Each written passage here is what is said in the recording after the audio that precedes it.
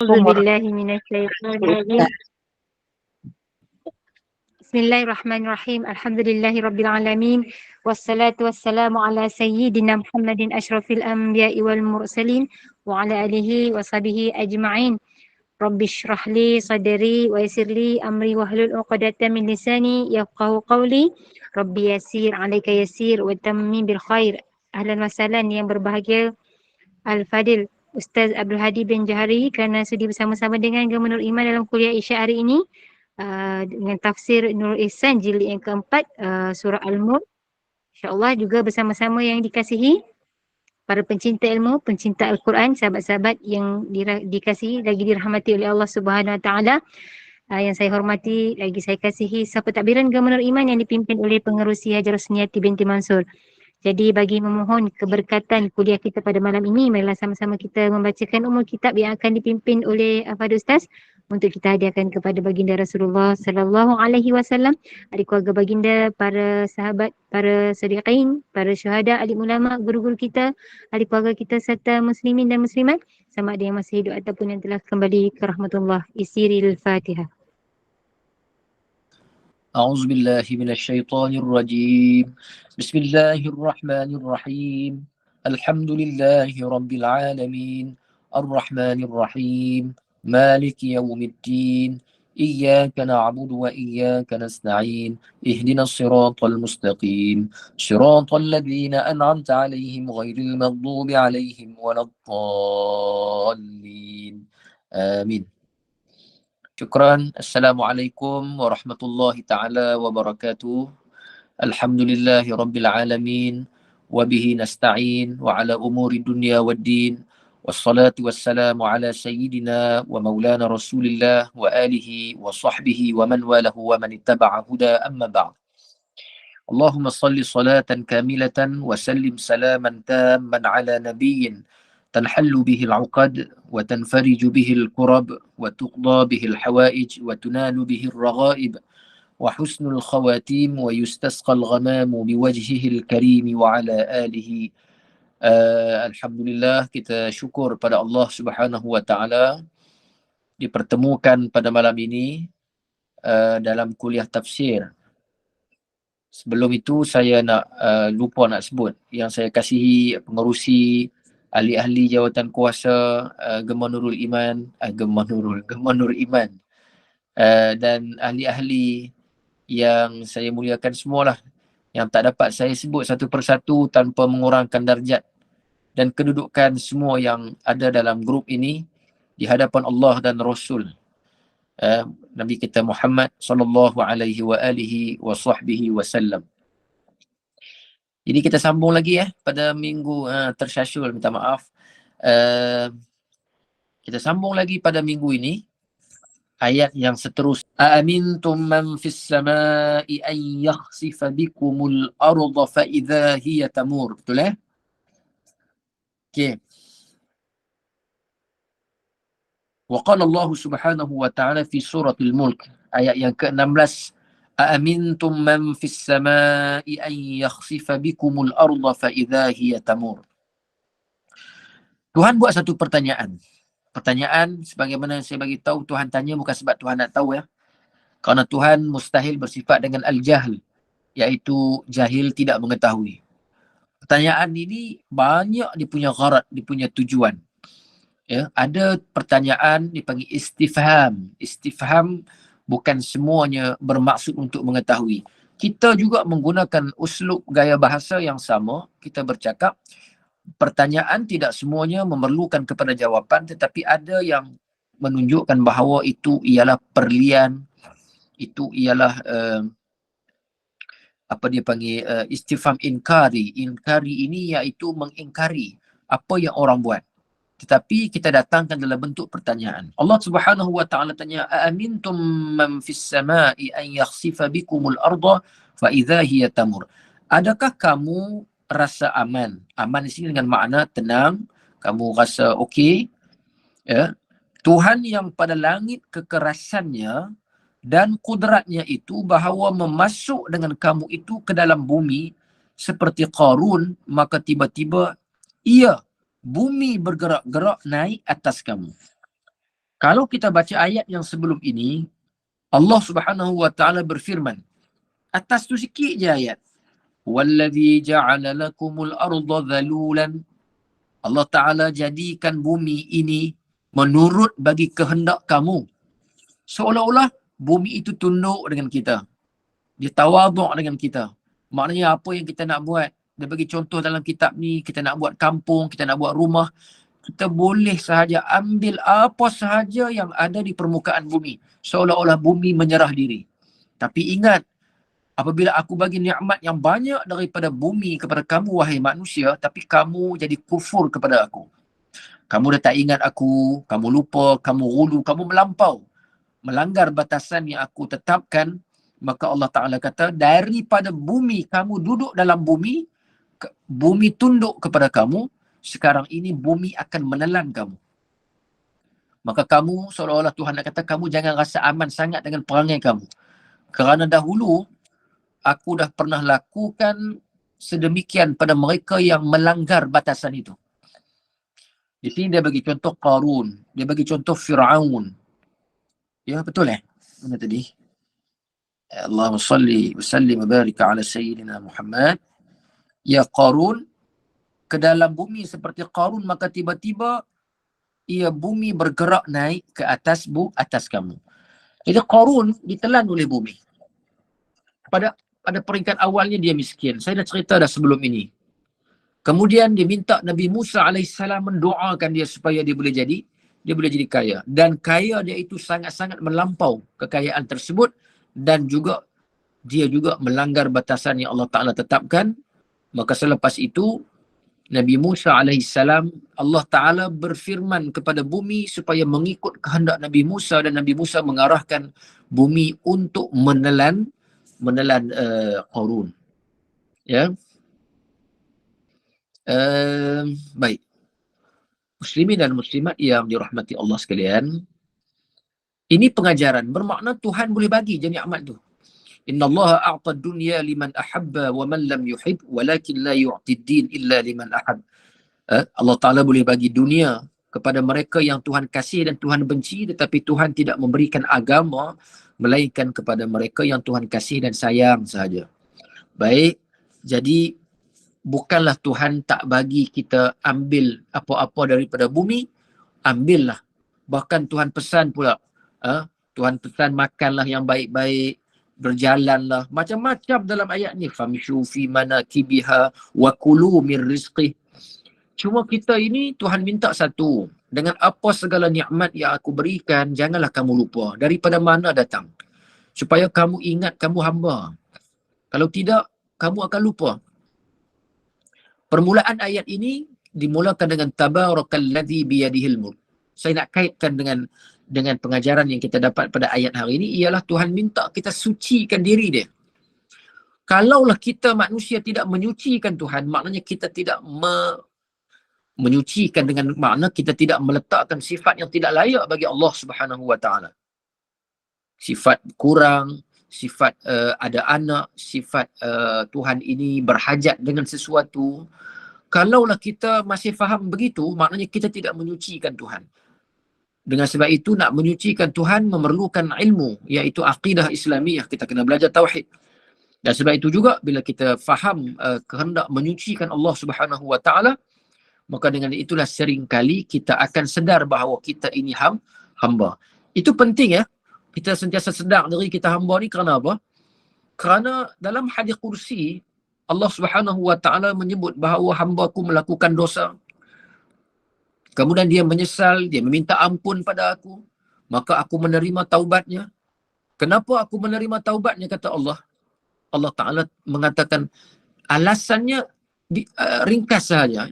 Allah Ta'ala kata, aku terima taubatnya kerana dia menyedari bahawa dia hamba dan dia mengetahui aku Tuhannya. Selang beberapa ketika dia melakukan lagi dosa, kemudian dia bertaubat pada aku, maka aku terima taubatnya. Kerana apa? Kerana dia tahu bahawa dia adalah hamba dan aku adalah Tuhannya.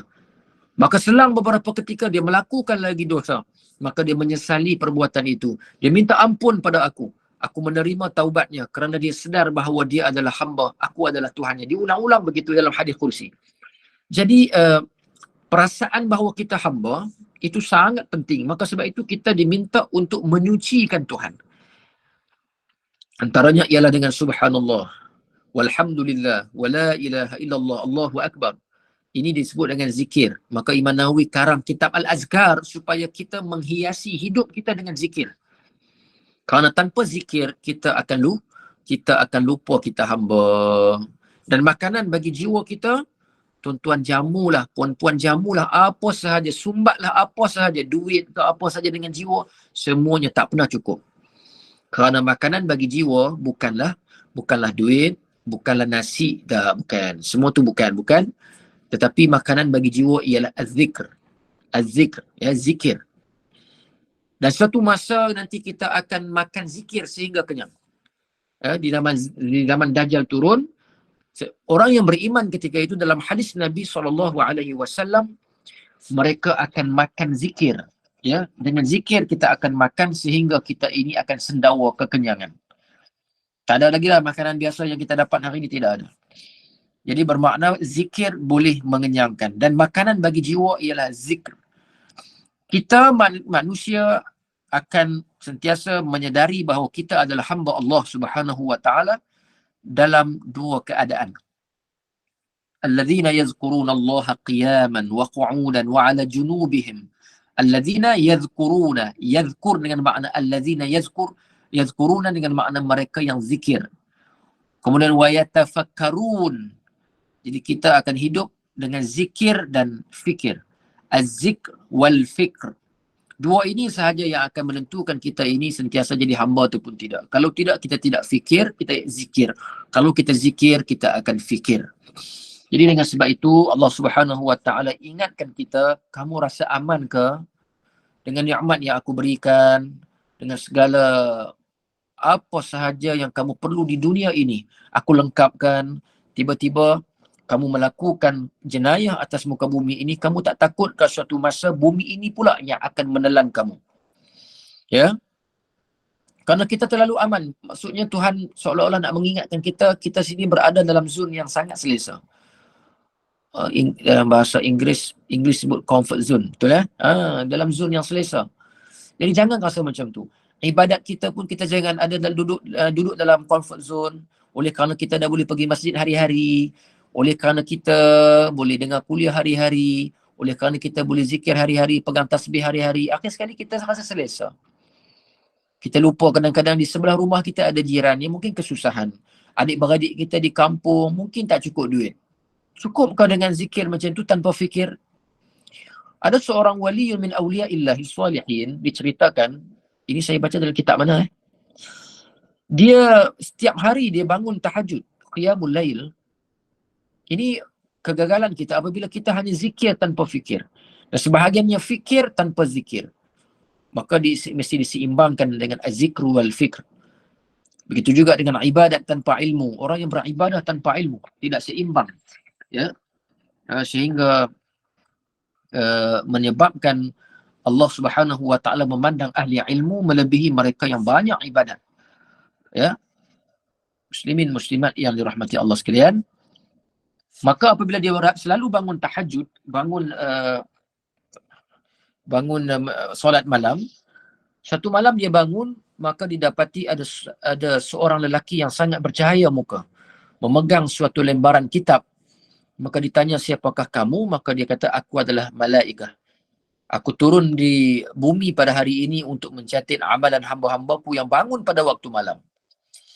Maka gembiralah hamba Allah Ta'ala yang saleh ini, kerana dia begitu confident, dia begitu yakin bahawa dia namanya mesti tercatat. Kerana dia sudah melazimi, sudah membiasakan diri untuk bangun malam, bertahajud, sudah berpuluh tahun. Maka dia kata, di manakah namaku?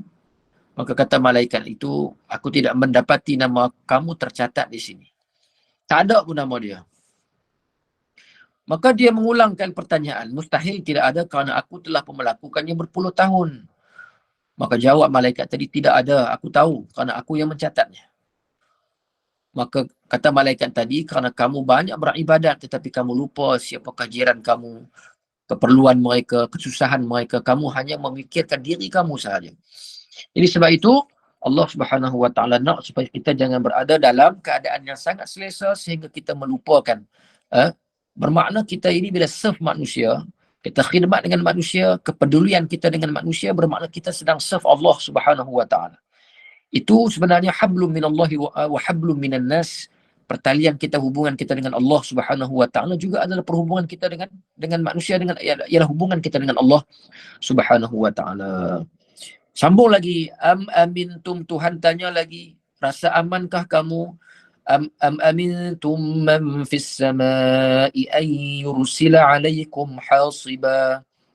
Atau adakah kamu aman akan Tuhan yang di dalam langit kekuasaannya itu bahawa turun atas kamu. Siapa yang ada kitab, dia kena letak nun ya. Sebab dia ejaan itu tak habis. Tawaw, rawaw, jadi turu.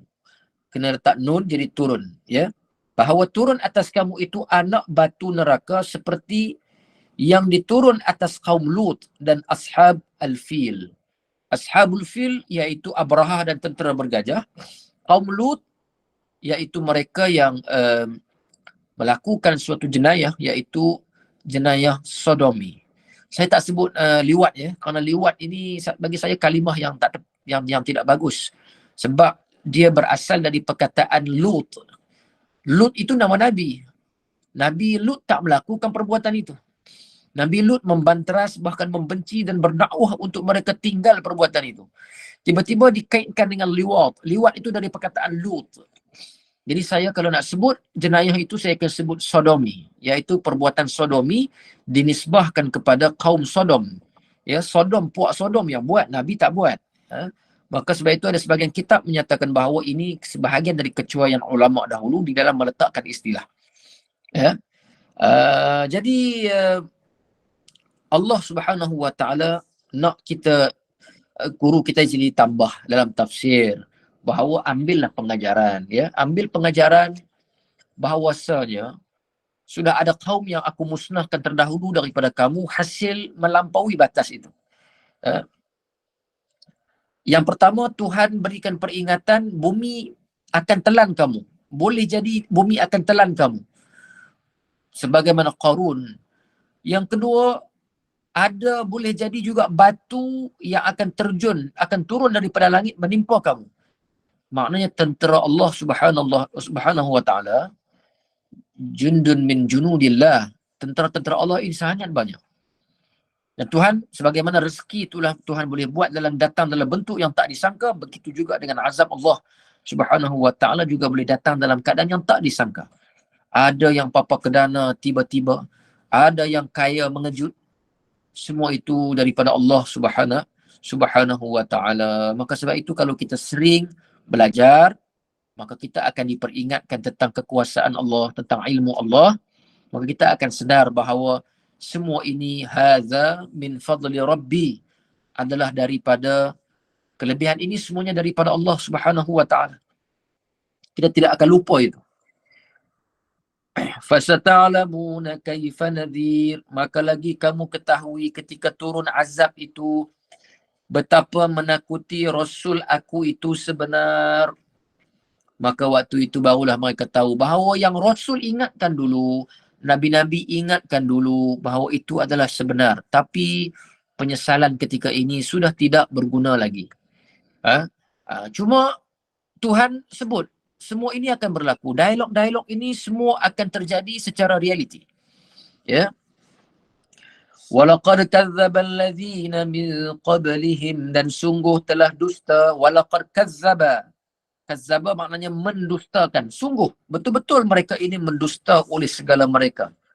Kafir-kafir daripada dahulu mereka itu seperti kaum Nuh, kaum Lut, kaum Salih. Ini semua cerita-cerita yang menunjukkan bahawa Tuhan membinasakan umat dahulu kerana jenayah yang mereka lakukan. Tapi umat Muhammad SAW Tuhan tak musnahkan secara sekaligus, kerana ini permohonan Nabi SAW.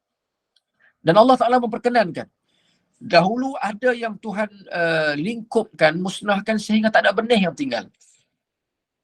Kalau kaum Nabi Nuh yang naik atas bahtera saja, yang lain semua dimusnahkan. Memang tak nampak rupa. Allah Ta'ala ajar betul-betul. Tapi umat Nabi Muhammad ini dengan rahmat Rasulullah sallallahu alaihi wasallam, Rasul meminta satu permohonan, 3 permohonan Nabi kita Muhammad sallallahu alaihi wasallam minta pada Allah. Betapa kasihnya Nabi kepada umat. Nabi minta supaya jangan dimatikan umat aku dalam tempoh 1 tahun itu, habis semua, tak ada langsung yang tinggal saki baki. Maka Allah Subhanahu wa taala memperkenankan permohonan Nabi sallallahu alaihi wasallam. Dan Nabi minta permohonan supaya janganlah urusan-urusan ibadah kaum muslimin diperintah oleh mereka yang tidak selayaknya daripada kalangan mereka yang bukan ahli dalam Islam. Diperkenankan, kata Allah, kata Nabi sallallahu alaihi wasallam, Allah memperkenankan. Tetapi permohonan yang ketiga, Nabi sallallahu alaihi wasallam memohon kepada Allah supaya janganlah umat aku ini berhentam sesama sendiri. Maka itu tidak diperkenankan oleh Allah Subhanahu wa taala. Jadi fa kaifa kana nakir, maka betapa jadi ingkar dusta mereka itu sebenar membinasa mereka itu. Ya, maka pendustaan yang mereka lemparkan kepada Nabi, mereka dakwa bahawa Nabi menipu. Ini jenayah besar puak musyrikin dulu ialah takdzibur rusul, dan juga umat-umat yang terdahulu mereka mendustakan Nabi. Mendustakan dengan makna mereka mengatakan bahawa Nabi ini sebenarnya bukan utusan Tuhan. Sedangkan terang lagi bersuluh, khatam nubuwah Nabi-Nabi dulu ada di tapak tangan. Ya. Beza dengan Nabi kita Muhammad sallallahu alaihi wasallam. Khatam nubuwah maknanya cop kenabian. Nabi kita ada di belakang. Ya. Kalau kita ikuti hadis riwayat bagaimana mengkisahkan tentang Sayyidina Salman Al-Farisi yang sentiasa mengekori Nabi pada hari peperangan Khandaq, bukan hari lah, maksudnya sebelum peperangan Khandaq, gali parit. Sayyidina Salman Al-Farisi, dia baca dalam kitab tentang ciri-ciri Nabi akhir zaman dan dia cuba nak mengintai khatam an-nubuwah. Ada di belakang Nabi, ya. Kan dalam Syama'il Muhammadiyah dia ada sebutkan bentuknya lebih kurang sebesar telur puyuh. Ditulis Muhammad Rasulullah. Ada di belakang, tapi Nabi-Nabi dahulu ada di tapak tangan supaya senang ditunjukkan. Jelas terang lagi bersuluh. Nabi kita Muhammad diletakkan di bahagian belakang kerana tidak perlu untuk melihat khatam, melihat muka sahaja sudah jelas bahawa ia adalah Rasul. Sehingga demikian, tapi mereka mendustakan, mengatakan Nabi menipu. Penipuan yang mereka lemparkan kepada Rasul itu bukan kerana mereka dalam hati mereka mengatakan bahawa Nabi tipu, tak. Alamat kenabian itu dah jelas. Tetapi kerana mereka ini didasari dengan sikap yang disebut dengan inat. Inat ini kalau orang di sebelah Kuala Lumpur semua sebut bebal lah. Saya faham bebal. Bebal ni kalau bahasa orang Kedah kami, dia tak cakap bodoh tau. Ataupun inat. Inat ini dia panggil, orang Kedah sini dia panggil ketegak. Degil. Benda tu dia tahu kata betul, tapi kedegilan mereka menghalang mereka daripada menerima kebenaran. Keangkuhan mereka. Aba wastakbar. Inilah iblis. Iblis dia tidak pernah syirik pada Allah Subhanahu wa taala. Tidak ada jenayah syirik yang dilakukan oleh iblis. Tetapi dia melanggar ketetapan Allah, melanggar hududullah. Sedangkan dia tahu itu Tuhan, maknanya arahan Tuhan lah yang paling, maknanya itu arahan Tuhan kan supaya sujud kepada Adam alaihissalam. Tetapi dia tidak boleh menerima. Makna itulah jenayah iblis. Sebab itu iblis pun terkejut bagaimana manusia syirik kerana dia tidak pernah melakukan kesyirikan kepada Allah Subhanahu wa taala. Ya, sombong. Betul tu. Jangan sombong. Hidup kita di dunia ni jangan sombong. Kalau kita nak hidup dengan aman, jangan sombong. Tetapi untuk mengajarkan diri, mengingatkan diri supaya jangan sombong, memerlukan kepada ilmu. Tanpa ilmu sebenarnya kita hanya boleh bertahan daripada ketidaksombongan kita itu dalam tempoh yang tertentu sahaja. Kerana apa? Kerana banyak sahaja orang yang banyak ilmu dan beramal, sebagaimana Bal'am bin Ba'ura, sebagaimana banyak sahaja kisah-kisah yang diceritakan oleh ulama dahulu. Sebagaimana Qarun. Qarun ini dia sebenarnya Haman dan Qarun kalau tak silap saya. Salah seorang daripadanya itu ialah merupakan mereka menghafaz kitab Taurat. Jadi bukan mereka tidak ada ilmu, ya. Tetapi peringatan banyak juga orang yang berilmu tetapi tergelincir. Kenapa demikian? Sebab itu disebut man izdada ilman wa lam yazdad hudan lam yazdad minallahi illa bu'da. Man izdada ilman, mereka yang bertambah ilmu, wa lam yazdad hudan, tetapi tidak bertambah hidayah. Sepatutnya bila ilmu banyak, hidayah makin bertambah. Tetapi sekarang dia tak jadi macam tu. Maka dia sedang mengundang kemurkaan Allah Subhanahu wa taala. Tuhan menjauhkan diri daripadanya. Dalam yang lain, kata-kata yang lain disebut al-ilmu iza zadat kal khasyatu falaka wa illa fa'alaik. Ilmu itu apabila dia bertambah kal khasyah, maka dia juga menambah ketakutan pada Allah Subhanahu wa taala, maka ilmu itu memberikan manfaat kepada pemiliknya. Tetapi kalaulah sebaliknya, maka itu ada something wrong dengan ilmu. Bukan ilmu tu yang masalah, kita yang sebenarnya gagal untuk menghadam ilmu dengan rahmat Allah Subhanahu wa taala. Tanpa rahmat Allah Subhanahu wa taala, kita tidak akan dapat memahami ilmu. Awalam yarau ila at-tayri fawqahum saffatin wa yaqbid. Kita kena sebut dot itu berserta dengan nun di hujung sikit. Boleh sebut semua saya yakin semua boleh tahu cara sebut. Wa yaqbid. Dan tiadakah lihat mereka itu kafir. Allah Ta'ala kata bahawa puak kafir ni mereka tak tampak ke? Mereka tak tengok ke? Cuba tengok burung. Banyak yang Tuhan minta kita tengok. Ada yang Tuhan minta kita tengok bumi. Ada yang Tuhan minta kita tengok macam-macam. Tengok burung. Ada lagi Tuhan minta kita tengok unta. Afala yanzuruna ilal ibili kaifa khuliqat. Di sini Allah Subhanahu wa taala kata kat puak kafir ni, kalau mereka tengok burung, Tuhan nak tengok, kita tengok burung. Yang terbang atas mereka itu, hal keadaan buka sayap dan katuk, pergi ke mana yang dikehendaki tapi tak jatuh. Ma yumsikuhunna illa ar-Rahman. Yumsiku, amsaka yumsiku. Maknanya menahan, memegang. Bukan kerana sayap sebenarnya, tetapi Allah Ta'ala yang mengizinkan. Sayap itu hanya nak menunjukkan sunnatullah sahaja. Ya, menunjukkan perbuatan sahaja. Tetapi sebenarnya yang memegang burung itu supaya tidak jatuh ialah Allah Subhanahu wa taala. Dan daripada burung itulah diambilnya pengajaran, dibuat kajian, maka terlahirlah kapal terbang. Ini bagi orang yang melihat, dia panggil nazar kepada burung. Kita tengok saja. Puak kafir ini mereka tengok tapi tak masuk Islam. Tapi mereka melihat ada kehebatan yang ada pada burung. Boleh bayangkan mereka boleh cipta kapal terbang, tiada pegang burung-burung, tiada beri jatuh melainkan Tuhan Ar-Rahman dengan kudratnya. Tak jatuh burung itu. Boleh terbang ke mana yang mereka pergi. Kita tengok contoh, ambil kapal terbang lah. Kapal terbang. Kalau kapal terbang yang besar sekali itu, dulu ni sekarang dah kena tembak dengan dalam perang Ukraine dengan Rusia baru ni. Apa nama dia?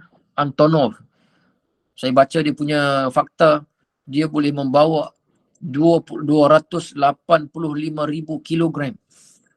Maknanya 285 tan. Dia boleh duduk di udara. Itulah yang Tuhan nak maksudkan, bahawa kamu tak lihat kekuasaan aku yang bagi pada burung. Lihat burung dahulu. Melihat kejadian-kejadian yang tertentu Tuhan buat dalam bentuk juz'iyah. Sebahagian-sebahagian Tuhan sebut. Ayat ni Tuhan minta tengok unta, ayat ni Tuhan minta. Ada yang kadang-kadang Tuhan kata innallaha la yastahi an yadriba masalan ma ba'udatan fama fawqaha. Tuhan kata aku tak malu langsung kalau aku nak membuat contoh untuk nak bagi kamu faham hanya dengan sekadar lalat sahaja. Kan banyak contoh yang Allah Ta'ala letakkan dalam Al-Quranul Karim supaya kita ini faham bahawa kita ni tak ada apa sebenarnya. Selagi mana kita ini duduk dalam keadaan zon yang tadi kita aman, selesa, tanpa kita melihat, berfikir dan zikir, maka kita akan lupa pada Allah Subhanahu wa taala, dan makin lama nilai kehambaan kita makin kurang dan makin turun. Sebab itu Tuhan sebut dalam Al-Quran, dalam ayat yang lain Tuhan sebut wujuhun yawmaizin khashi'ah. Wajah mereka orang-orang kafir itu pada hari kiamat khashi'ah, dalam keadaan khashi'ah. Khusyuk. Apa makna khusyuk? Yang dimaksudkan dengan khusyuk ini ialah merasai hina. Sebab itu sembahyang, kalau kita nak khusyuk, maknanya kita kena, nilai hamba kita tu kena naik tinggi. Kalau nilai hamba kita turun, kita tak dapat sembahyang yang khusyuk. Kerana khusyuk itu maknanya kehinaan. Sejauh mana kehinaan kita bertambah, maka bertambahlah nilai khusyuk dalam solat kita. Ya, khusyuk dengan makna hina. Baik. Sambung lagi, innahu bikulli syai'in basir. Bahawa Allah Subhanahu wa taala dengan tiap-tiap sesuatu itu yang amat melihat, maka tiadakah kamu ambil fikir. Saya suka istilah yang digunakan oleh guru Syekh Said ini. Disebut bahawa tiadakah kamu ambil fikir, runding Tuhan. Maknanya diri kita ini, kita kena belajar berunding dengan diri sendiri untuk memahami Allah Subhanahu wa taala. Maka dengan sebab itu disebut dengan kalimah an-nazar. An-nazar. Nazar ini dengan makna melihat dan berfikir. Dia panggil tilik. Orang-orang lama-lama dalam kitab disebut dengan makna tilik. Memandang dengan nazar, dengan mata hati. Sebab disebut dengan ulil absar, orang yang mempunyai mata hati. Setakat mata biasa ni orang kafir pun boleh tengok. Cerah sama macam kita saja, tapi tak nampak dalam asrar, rahsia yang Tuhan nak berikan. Maka mesti lihat dengan mata hati. Bahawa Allah Ta'ala dengan tiap-tiap sesuatu itu amat melihat, maka tiadakah kamu ambil fikir, runding Tuhan yang beri. Tetap burung di awang-awangan dengan kudratnya itu, kuasa atas menurun azab pada orang yang bantah. Tiada beriman, maka hendaklah kamu beriman dengan Allah dan Rasulnya dan junjung suruh tegahnya. Sebab itu kita nak bahawa Allah Ta'ala kata innahu bikulli syai'in basir. Tuhan ini amat melihat. Ma ra'aitu syai'an illa ra'aitu Allah fi. Ini yang kita nak. Tuhan suruh tengok burung, bukan Tuhan nak tengok burung sahaja. Tuhan suruh tengok langit, kita nampak langit sahaja. Ambil gambar, kemudian edit-edit sikit letaklah Instagram. Tu je kerja. Tak ada lagi kerja yang lebih hebat daripada tu. Tuhan nak supaya kita ma ra'aitu syai'an illa wa ra'aitu Allah fi. Maknanya Tuhan nak supaya kamu tengok burung, kamu nampak aku. Tengok langit, kamu nampak aku. Tengok unta, kamu nampak aku. Tengok lalat, kamu nampak aku. Inilah makna kata-kata ma ra'aitu syai'an illa wa ra'aitu Allah fihi. Tidaklah aku melihat sesuatu, melainkan aku melihat Allah di situ. Yang ni dia panggil ada maqam musyahadah, maqam muraqabah. Dengan maqam ini kita tak mampu cakap. Sebab apa kita sebut bahawa kita hanya mampu nampak Allah Subhanahu wa taala. Lihat bukit, bukau. Ini kedudukan bahawa sentiasalah kita ini melihat Allah Subhanahu wa taala dalam apa jua perkara yang kita tengok dan kita nampak. Sebab itu kita kena belajar tadabbur. Kerana tadabbur ini dipanggil tadabbur kitabillah. Apa makna tadabbur kitab Allah? Kitab Allah ini dipanggil tadabbur ayatillah, ayat-ayat Allah. Ayat Allah ini ataupun kitab Allah ini ada dua. Yang disebut dengan kitabullah al-manzur. Yang kedua kitabullah al-mastur. Bukan mastur, mastur dengan huruf ta. Kitabullah al-manzur dengan makna kitab Allah yang kita boleh tengok. Itu juga kitab Allah sebenarnya. Kita tengok bukit, kita tengok burung sebagaimana yang disebut dalam surah ini. Kita tengok dan di situ kita nampak Allah Subhanahu wa taala. Bukan nampak zat, bukan. Melihat bahawa di sebalik kejadian Allah ini betapa Allah Subhanahu wa taala Maha berkuasa. Sampailah kita mendapat maqam musyahadah, maqam muraqabah. Ini kedudukan yang Allah Taala anugerahkan bagi mereka yang sentiasa berfikir tentang Allah Subhanahu wa taala. Ya. Demikian juga lah disebut bahawa sembahlah aku ka'annaka anta'budallah. Ini dia panggil makam ihsan. Anta'budallah ka'annaka tarah. Sembahlah aku, sembahlah Allah sebagaimana seolah-olah kamu melihatnya. Dan sekiranya kamu tak nampak pun, ketahuilah bahawa Allah melihat kamu.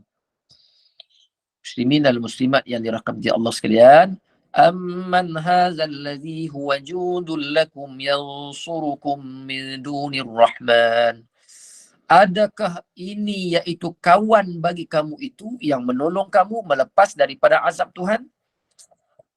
Hari ini kita buat jahat, kita ada geng. Kalau kita boleh melepaskan diri, kalau kita gagal, kalau kita dikenakan sebarang tindakan, kita duduk dalam sesuatu kesukaran, kita masih lagi boleh minta kawan-kawan tolong, kita ada kabel. Kan nak hidup hari ini kena ada kabel kan? Dua alat yang penting di zaman moden sekarang ialah yang pertama kipas, yang kedua kabel. Kena ada dua-dua. Kena pandai kipas dan kena ada perhubungan dengan orang lain supaya boleh tolong kita. Kan? Tapi Allah Subhanahu wa taala sebut dan kita ulang tiap-tiap hari, Maliki Yaumiddin. Ini adalah hari agama, hari penentuan. Hisabnya sangat detail. Kamu dah takkan ada kawan yang boleh tolong kamu pada hari itu. Kawan-kawan kamu yang di dunia ini yang kadang-kadang boleh bantu kamu bukan kerana Allah Subhanahu wa taala. Aku sebutkan dalam Quran supaya kamu faham, mereka ini semua akan lari daripada kamu. Yauma yafirrul mar'u min akhihi, semua akan lari. Hatta isteri akan lari dari suami. Semua akan lari. Yang tak lari ni dua. Yang berkawan, yang bersuhbah lillahi ta'ala.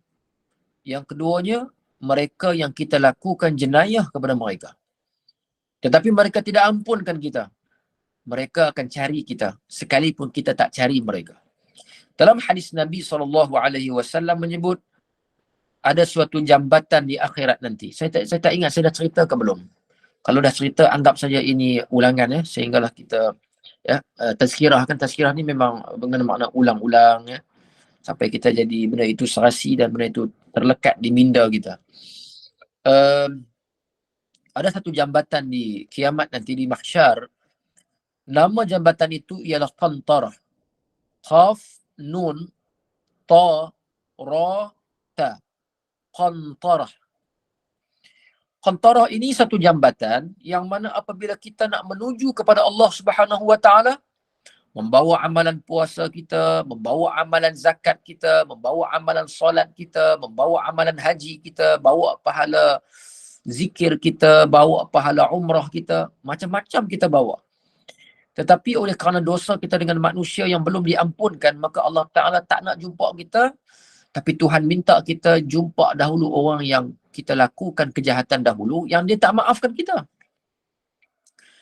Sebab itu, dosa dengan manusia ni susah. Payah sikit. Dosa dengan Tuhan senang kira. Senang. Bukan saya nak suruh buat dosa dengan Tuhan, tapi saya nak cakap kata Tuhan ini, hak kita dengan Allah Subhanahu wa taala musamahah. Kaedahnya begitu. Kerana hak kita dengan Allah senang. Kalau orang tanya sebab apa begitu, kerana Allah Ta'ala Ar-Rahman, Ar-Rahim. Kita buat dosa lah 1000 tahun pun. Sekarang bertaubat, sekarang juga Tuhan ampun. Mudah sangat Tuhan ampun. Kerana dia bersifat penyayang, dia bersifat maha pemurah. Ya. Tapi dengan manusia, susah. Kita marah dia, kita maki dia, minta maaf. Ya mungkin dia akan ampunkan kita, tapi perlukan masa. Allah Ta'ala tak perlukan masa. Masa bukan suatu yang melazimi bagi Allah Subhanahu wa taala. Sehingga Tuhan kata, injitani bi turabil ardi zanuban, kamu bawa debu debu-debu tanah yang berada di bumi ini. Kamu datang berjumpa aku, kamu taubat dengan membawa dosa yang sedemikian, maka aku ampunkan kamu. At-taibu 'ani zanbi habibullah. Saat ketika kita ingin bertaubat, ketika itu juga Allah Ta'ala mengampunkan kita. Tapi dengan manusia susah.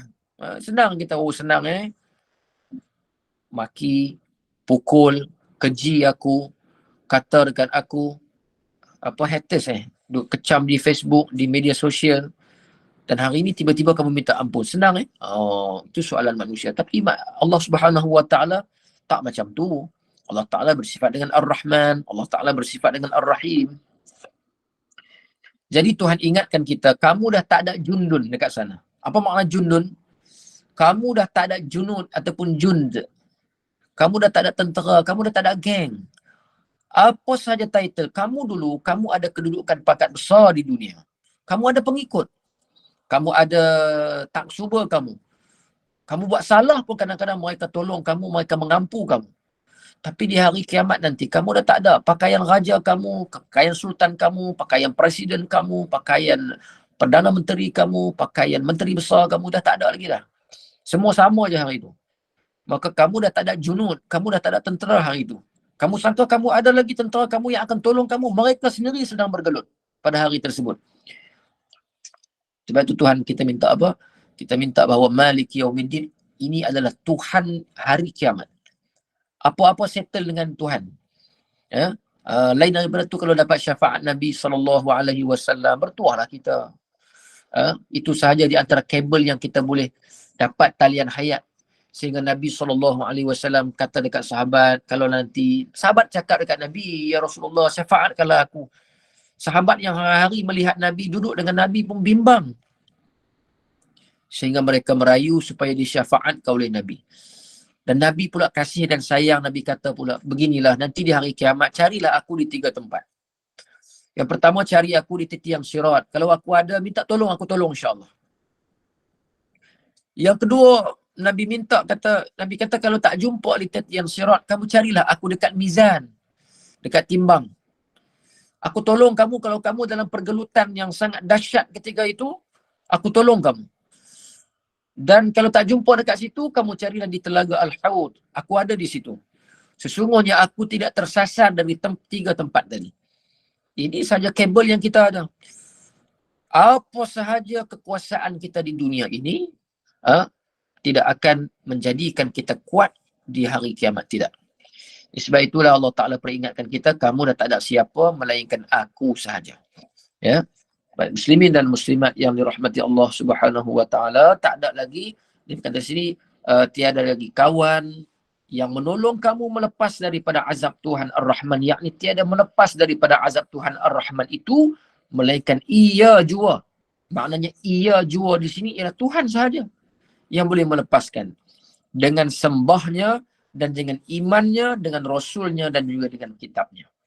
Tetapi tak peraya lah, orang Kedah kata tak peraya. Orang Selangor, orang Kuala Lumpur kata apa? Tak upaya. Apa tak upayanya? Inil kafiruna illa fi ghurur. Tapi nak buat macam mana orang-orang kafir ini, kita jangan faham kafir ni puak kafir itu saja. Kita juga mungkin boleh berada dalam keadaan mereka sekiranya mempunyai sikap yang macam mereka. Tiadalah segala kafir-kafir itu melainkan pada kena tipu syaitan kerana azab tiada turun. Ghurur dengan makna ditipu. Sebab itu orang yang ibadat banyak sekalipun, ibadah banyak, dia juga bakal berhadapan dengan maghrur. Mai daripada perkataan ghurur itulah maknanya ditipu. Kenapa? Kerana dia rasa ibadat dia akan menyelamatkan dia. Ini bahaya. Tuhan dah ingatkan kita, kamu tak akan masuk pun syurga dengan ibadah kamu. Sebab itu disebut bahawa Tuhan bertanya kepada orang dalam hamba di dalam syurga. Kenapa kamu masuk dalam syurga aku? Maka jawab hamba tadi, kerana ibadat akulah. Maka Allah Ta'ala tanya, berapa tahun ibadah kamu dahulu? 80 tahun? Okey, tak apa. Kamu selepas 80 tahun nanti kamu keluar. Cukup tak kat tu je. Dia tak nak keluar.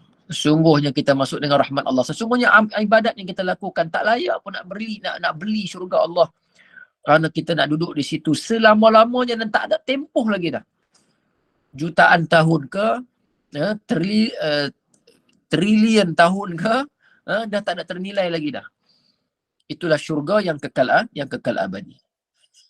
Baik muslimin dan muslimat yang dirahmati Allah, jadi kita tidak mahu maghrur.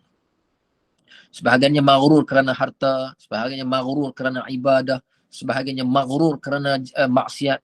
Kerana Tuhan tak pernah turunkan pada dia sebarang azab, sebarang siksa, tak pernah dapat pun. Dia tetap dalam keadaan demikian, kekayaannya, rezekinya. Dan dia rasa bahawa Tuhan tak pernah berkisah pun. Mungkin Tuhan setuju dengan apa yang dia lakukan. Sehingga begitu dia disebut maghrur. Ada yang kerana ibadahnya banyak, maka dia rasa dia akan selamat dengan ibadahnya. maghrur. Demikian juga lah ghurur yang berlaku pada orang kafir ini. Tiada segala kafir-kafir ini, inil kafiruna illa fi ghurur. Tiada segala kafir-kafir itu melainkan pada kena tipu syaitan, kerana azab tiada turun. Oleh kerana azab tak turun, maka mereka rasa selamat, mereka rasa mereka betul. Dan ini juga berlaku pada sebahagian orang Islam apabila mereka melakukan kemaksiatan tetapi tidak pernah didera oleh Allah Subhanahu wa taala, yang disebut dengan maghrur ataupun istidraj. Apa makna istidraj? Iaitu tipu daya. Dia rasa okey dah ni, aku bukannya baru buat jahat tapi dah lama. Aku bukannya baru makan rasuah, dah lama, tapi Tuhan sering menambahkan rezeki. Sakit aku pun tak pernah datang macam orang lain. Bahaya kan? Saya pernah cerita Firaun 400 tahun tak pernah sakit. Menguap pun tak pernah Firaun tu. Maka akhirnya Allah Ta'ala ketika hilang, maka dia hilang terus.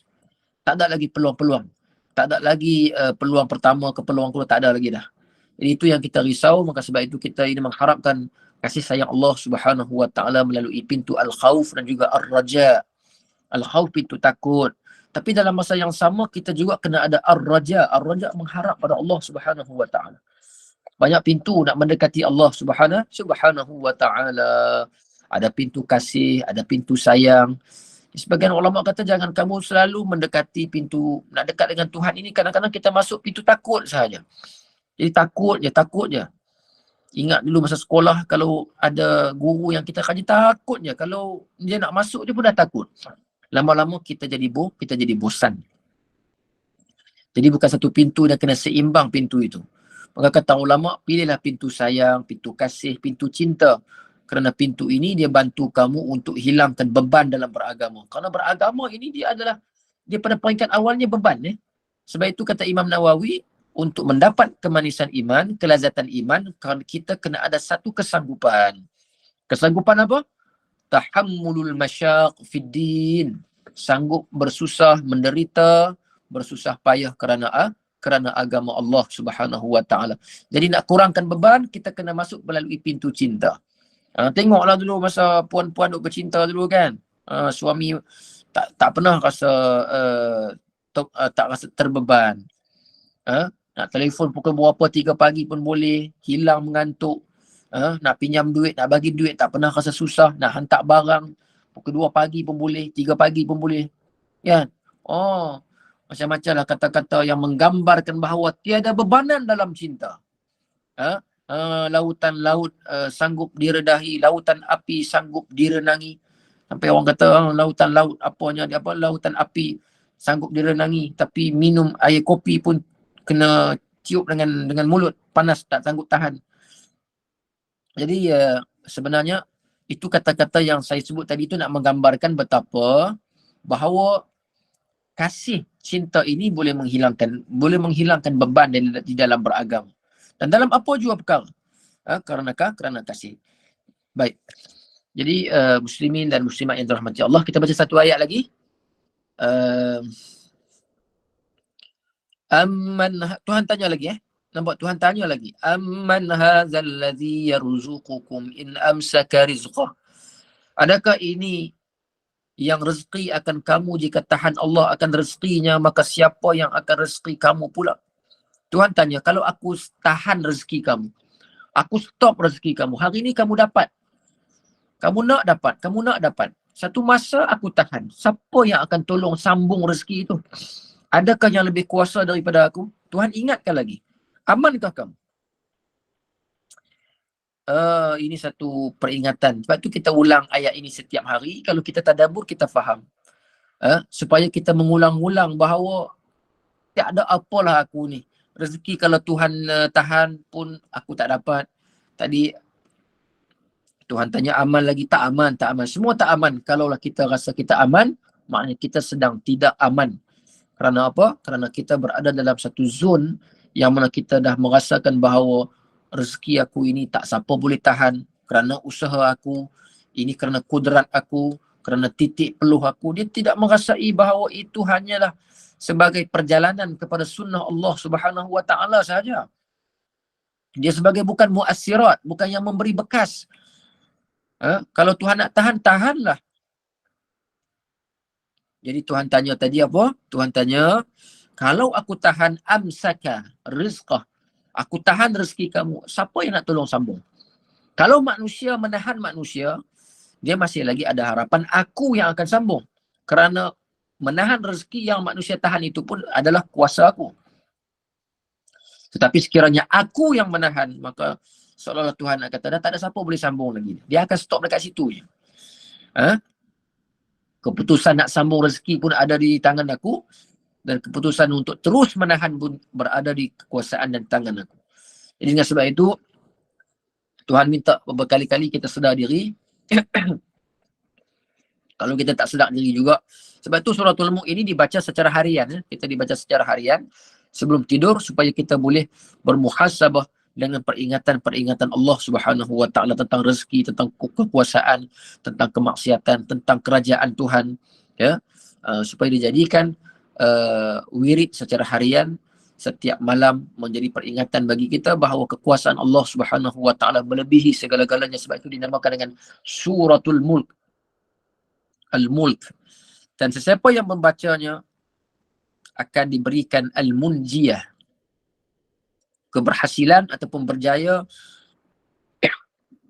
dilepaskan daripada azab kubur. Ya, dilepaskan daripada azab kubur. Dan Al-Mani'ah maknanya sebagai penahan, penegah daripada diazab oleh Allah di dalam kubur nanti.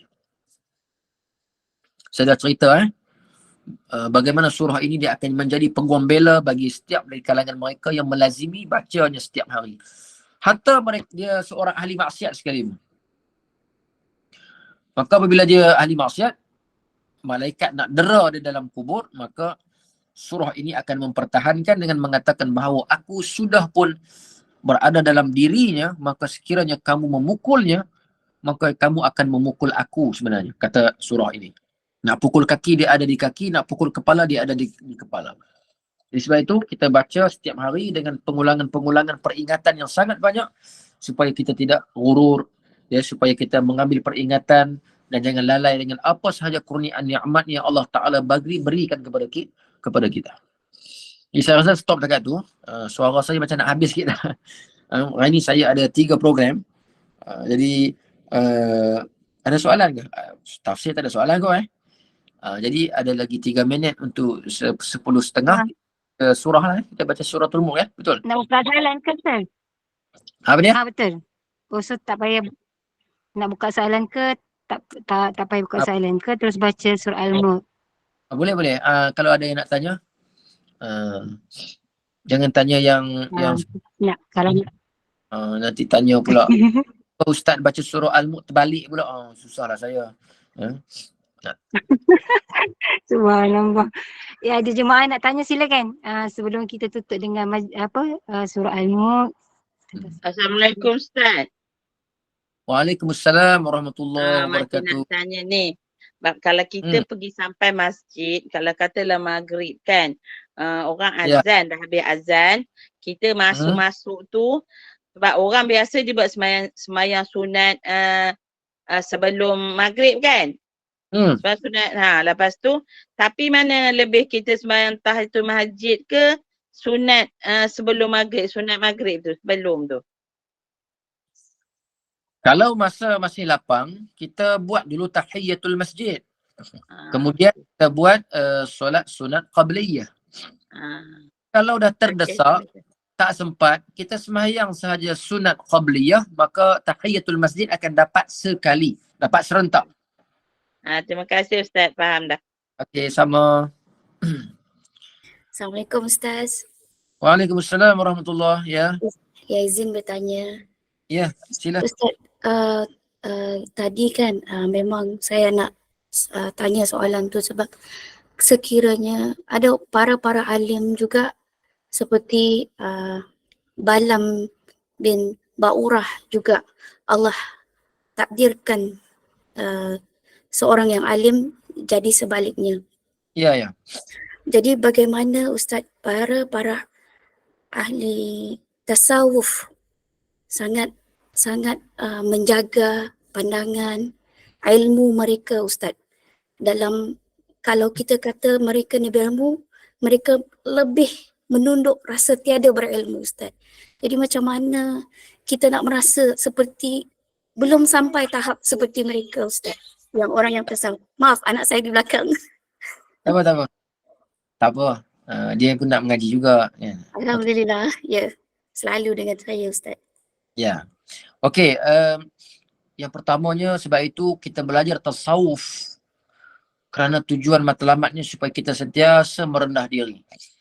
Sekalipun kita banyak ibadah, sekalipun kita banyak ilmu. Saya nak petik kata-kata Al-Imam Hasan Al-Basri radhiyallahu ta'ala anhu ketika menghuraikan tentang hakikat kepada at-tawadhu'. Jadi kalau kita sentiasa rasa macam ni, insya-Allah kita tak lupa diri. Ya, sebab tu dia ulama dulu mereka tidak allergic dengan sebarang peringatan walaupun daripada seorang budak. Kita baca dulu kisah bagaimana Imam Abu Hanifah ditegur oleh seorang budak. Budak je. Tapi dia boleh merasai rendah diri, dia menangis dengan mendengar nasihat daripada budak tadi. Apabila dia kata kepada budak itu dia memakai terompah kayu, maka kata Imam Abu Hanifah, kamu hati-hati memakai terompah kayu ini, takut kamu tergelincir. Maka budak tadi kata, adakah kamu Al-Imamul A'zam Abu Hanifah An-Nu'man? Kamukah Imam Abu Hanifah yang digelar dengan Al-Imamul A'zam? Jawab Imam Abu Hanifah, na'am, saya lah. Maka kata budak tadi, aku pakai terompah ini, aku mungkin tergelincir di dunia. Tetapi ingatlah kamu, kalau kamu maghrur dengan gelaran yang Tuhan berikan kepada kamu, maka kamu akan tergelincir di akhirat. Dia tak lempang pemuda tu. Sebab apa? Orang yang merasai jiwanya penuh dengan orang yang banyak ilmu, maka dia akan sentiasa rasa dia kurang. Maka dia menangis mendengar tangisan budak-budak tadi. Baik, jawapan yang boleh ringkas saya bagikan, kita kena rendah diri. Allah dalam Quran kata waqfid janahaka liman ittaba'aka minal mu'minin. Dan bagaimana kita nak pujuk diri kita untuk sentiasa rendah diri? Rendah diri dengan orang yang tak ada ilmu walaupun kita ada ilmu. Merendah diri dengan budak-budak walaupun kita dah tua. Budak-budak pula merendah diri dengan orang yang lebih tua kerana dia masih muda. Macam-macam. Kata Imam Hasan Al-Basri radhiyallahu ta'ala anhu, at-tawadu'u an takhruja min baitika wa tazunna kulla man laqitahu minal muslimina ahsana wa afdala minka. Kamu keluar daripada rumah kamu keluar daripada kediaman kamu jumpa siapa sahaja di kalangan orang Islam, kamu katakan dia lebih baik dari kamu. Siapa sahaja. Kadang-kadang kita Allah Ta'ala uji, dapat jiran yang selalu buat maksiat. Kita nak pergi masjid, dia pakai seluar pendek, baju tak pakai. Kantoi dengan kita kadang-kadang, pergi tikar nombor ekor lah, minum arak lah, apa macam-macam. Macam mana kalau kita nak katakan bahawa imam masjid dekat taman rumah kita, kampung kita lagi baik? Senang.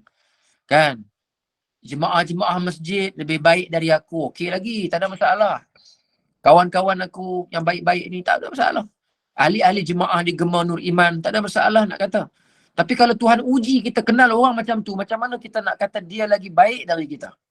Inilah yang kita ditekankan dengan supaya kita tidak duduk dalam zon yang selesa dengan ibadah kita.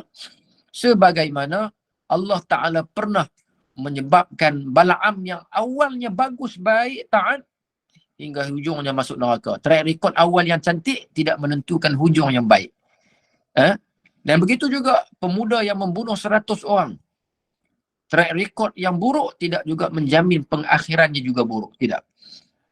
Dua kisah ini saya bawa nak menentukan, nak membuktikan bahawa rahmat Allah Subhanahu Wa Taala tidak hanya kadang-kadang pada orang yang permulaannya baik, juga akan diputuskan keputusannya, pengakhirannya dengan kebaikan. Jadi jawapannya ialah kita kena sentiasa berikan peringatan. Dalam ayat yang saya sebutkan tadi ada jawapannya, iaitu runding dengan diri kita. Bagaimana berunding? Katakan bahawa tiada jaminan. Kalaulah aku berkenal dengan seseorang yang jahat ataupun kurang ilmunya, maka tiada jaminan dia akan kekal jahat sampai bila-bila. Sebagaimana aku juga tak boleh jamin diri aku akan baik sampai bila-bila. Sama sahaja. Ya. Saya buka soalan yang last boleh? Last soalan. 10.34 nanti kita baca. Sama-sama. Ada lagi soalan? Tak ada dah. Kalau tak ada, kita nak baca suratul Mulk. Tak ada Kalau tak ada kita suratul Nak tanya, adakah kita digalakkan untuk tidak melupakan dosa-dosa kita yang silam supaya mudah untuk kita rasa rendah diri? Macam mana cuba Terutama, adakah kita digalakkan untuk tidak melupakan dosa-dosa yang lalu supaya kita rasa mudah untuk merasa merendah diri, terutamanya di depan Allah? ingat kita yang lama ke? Dosa-dosa yang lama, dosa-dosa yang lepas. Saya macam ada pernah dengar ada yang kata yang bila kita buat baik, kita kena lakukan dan cepat-cepat lupakan. Tapi bila kita terbuat kesalahan, maksiat, kita kena selalu ingat supaya ianya membantu kita untuk selalu rasa rendah diri di depan Allah. Betul ke? Wa qala al-arifina billah. Orang yang arifin, orang tasawuf pesan tak semua dosa kita kena ingat.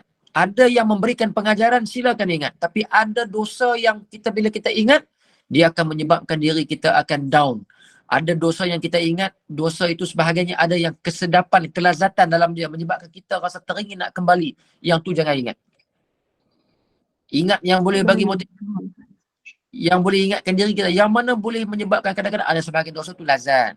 Minum arak ke, judi ke, zina ke. Kadang-kadang dia ingat jadi sedap seorang-seorang, yang tu jangan ingat. Minta jauh-jauh. Dan tak penting pun, isu dia bukan penting mengingat dosa. Kadang-kadang ada dosa yang kita ingat menyebabkan kita akan rasa down sangat dan kita rasa kita akan jauh daripada maghfirah, keampunan Allah Subhanahu Wa Taala. Yang tu diminta jangan ingat.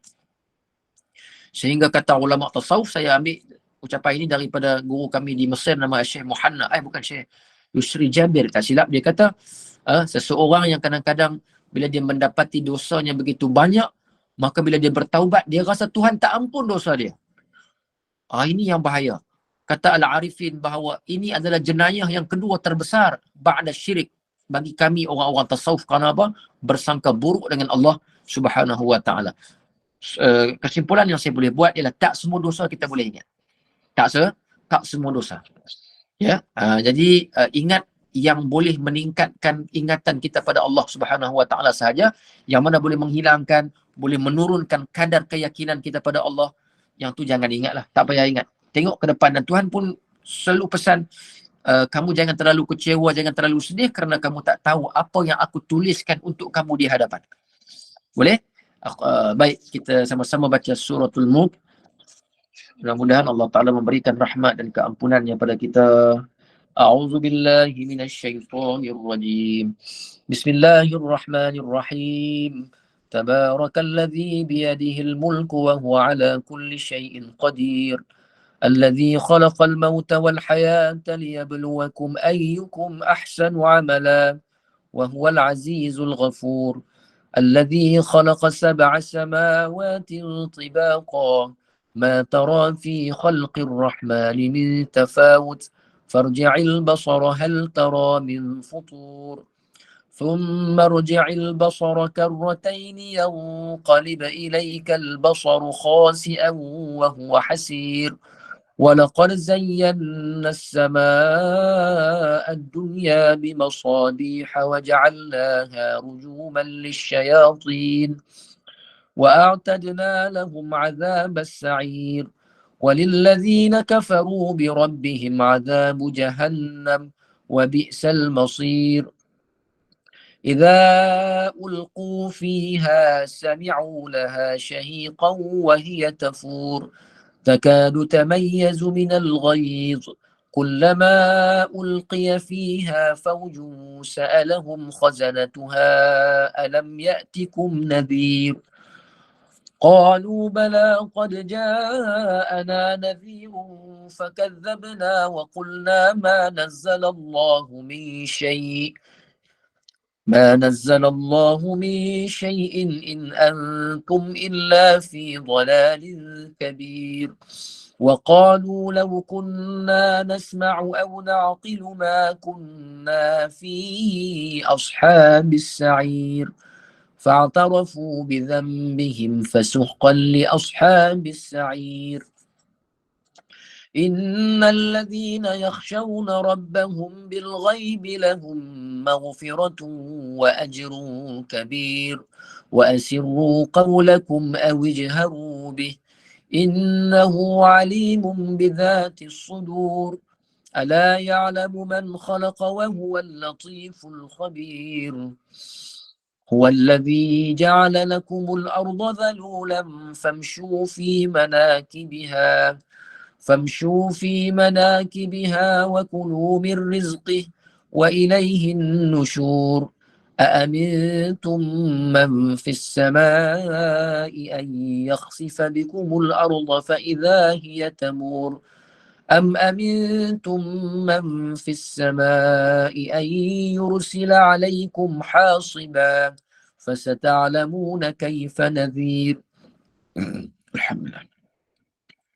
ولقد كذب الذين من قبلهم فكيف كان نكير أولم يروا إلى الطير فوقهم صافات ويقبض ما يمسكهن إلا الرحمن إنه بكل شيء بصير أمن هذا الذي هو جند لكم ينصركم من دون الرحمن إن الكافرون إلا في غرور أمن هذا الذي يرزقكم إن أمسك رزقه بل لجوا في عتو ونفور أفمن يمشي مكبا على وجهه أهدى أمن يمشي سويا على صراط مستقيم قل هو الذي أنشأكم وجعل لكم السمع والأبصار والأفئدة قليلا ما تشكرون قل هو الذي ذرأكم في الأرض وإليه تحشرون ويقولون متى هذا الوعد إن كنتم صادقين قل إنما العلم عند الله وإنما أنا نذير مبين فلما رأوه زلفة سيئت وجوه الذين كفروا وقيل هذا الذي كنتم به تدعون قل أرأيتم إن أهلكني الله ومن معي أو رحمنا فمن يجير الكافرين من عذاب أليم قل هو الرحمن آمنا به وعليه توكلنا فستعلمون من هو في ضلال مبين قل أرأيتم إن أصبح ماؤكم غورا فمن يأتيكم بماء معين Sadaqallahul Azim. Saya serahkan majlis kepada Puan Pengacara. Ya, dipersilakan. MasyaAllah, Alhamdulillah, Alhamdulillah, Barakallahu fikum, Jazakumullah khairan jazak Ustaz di atas pencerahan hari ini, tafsir daripada ayat 16 hingga ayat 21 tadi. InsyaAllah, nanti kita akan sambung ayat seterusnya insyaAllah. Jadi kita bukan siapa-siapa tanpa rahmat dan kasih sayang Allah. Mudah-mudahan kita mendapat ibrat daripada ayat hari ini. Mudah-mudahan bertambah kefahaman kita dalam urusan ibadah dan urusan agama kita. Mudah-mudahan bermanfaat, mudah-mudahan barakah. Mudah-mudahan Allah kurniakan limpah rahmat kepada kita. Terima kasih kepada tim Gemenur Iman, sahabat-sahabat pencinta ilmu yang mengimarahkan kuliah kita dari subuh tadi hingga ke saat ini. Masya Allah, mudah-mudahan Allah membalasnya dengan kebaikan yang banyak kerana tetap setia menunggu. Masya Allah, duduk dalam halaqah ilmu ini Allah yang pilih. Masya Allah. Jadi Ustaz, saya nak bacakan sedikit bahan untuk kuliah besok Ustaz. Boleh, silakan. Kuliah subuh kita seperti biasa 6.45 pagi bersama dengan Al-Fadhil Ustaz Muhammad bin Mastab dengan bacaan surah Yasin, doa, selawat, tazkirah dan bacaan Asma'ul Husna. Kuliah duha kita pada pukul 10 pagi bersama dengan Al-Fadhil Ustaz Muhammad Aizuddin bin Kamaruzaman dengan kisah sahih para Nabi. kuliah asal kita 5.15 petang bersama Al-Fadhil Ustaz Ilin Aminin bin Muhammad Saleh dengan kitab Misbahud Duja Syarah Safinah An-Najah. Kemudian maghrib 8 malam bersama dengan Al-Fadilah Ustazah Misnah binti Miran dengan fiqh darah haid, nifas dan istihadah. Dan kuliah akhir kita kuliah Isyak 9.15 malam bersama dengan Al-Fadilah Ustazah Humairah binti Muhammad Saleh dengan tahsin Al-Quran dan makhrijul huruf. Jadi dengan ini saya mewakili Gemah Nur Iman memohon maaf sekiranya ada sebarang kekurangan dan kesilapan yang baik itu datang daripada Allah, yang tidak baik dan kelemahan itu daripada saya sendiri. Kita tangguh kuliah kita. Sebagai menutup majlis, mohon sekali lagi Al-Fadhil Ustaz untuk membacakan tasbih kafarah dan surat Al-As. Saya sudahi dengan wabillahi taufiq wal hidayah. Wassalamualaikum warahmatullahi wabarakatuh. Ma'assalamah wa ila liqa. Bismillahirrahmanirrahim. Subhanakallahumma wa bihamdika nashhadu an la ilaha illa nastaghfiruka wa natubu ilaik. Bismillahirrahmanirrahim. Wal 'asri innal insana lafi khusr illa alladhina amanu wa 'amilus solihat wa tawasaw bil haqqi wa tawasaw bis sabr. Allahumma ij'al hadha jam'ana jam'an marhuma wa tafarruqana min ba'dihi tafarruqan ma'suma. ولا تجعل فينا شقيا ولا محروما. اللهم فقهنا في الدين وعلمنا التأويل واهدنا إلى صراطك المستقيم. ربنا آتنا في الدنيا حسنة وفي الآخرة حسنة وقنا عذاب النار. اللهم اغفر أمة سيدنا محمد صلى الله عليه وسلم. اللهم ارحم أمة سيدنا محمد صلى الله عليه وسلم. اللهم فرج أمة سيدنا محمد صلى الله عليه وسلم. اللهم إنا نجعلك في نحور أعدائنا ونعوذ بك من شرورهم. اللهم بدد شملهم وفرق جمعهم وشتت كلمتهم وزلزل أقدامهم وسلط عليهم كلبا من كلابك يا قهار يا جبار يا منتقم يا الله يا الله يا الله. اللهم يا منزل الكتاب ويا مجري السحاب ويا هازم الأحزاب احزمهم وانصرنا عليهم. ربنا آتنا في الدنيا حسنة وفي الآخرة حسنة وقنا عذاب النار. Lazimi doa setiap kali kita sembahyang fardu. Untuk rakaat yang terakhir boleh dilakukan qunut nazilah untuk kita doakan untuk pejuang Palestin dan juga orang-orang Palestin yang sedang berdepan dengan musibah sekarang ini, insya-Allah. أقول قولي هذا واستغفر الله العظيم لي ولكم. أستودعكم الله. السلام عليكم ورحمة الله تعالى وبركاته.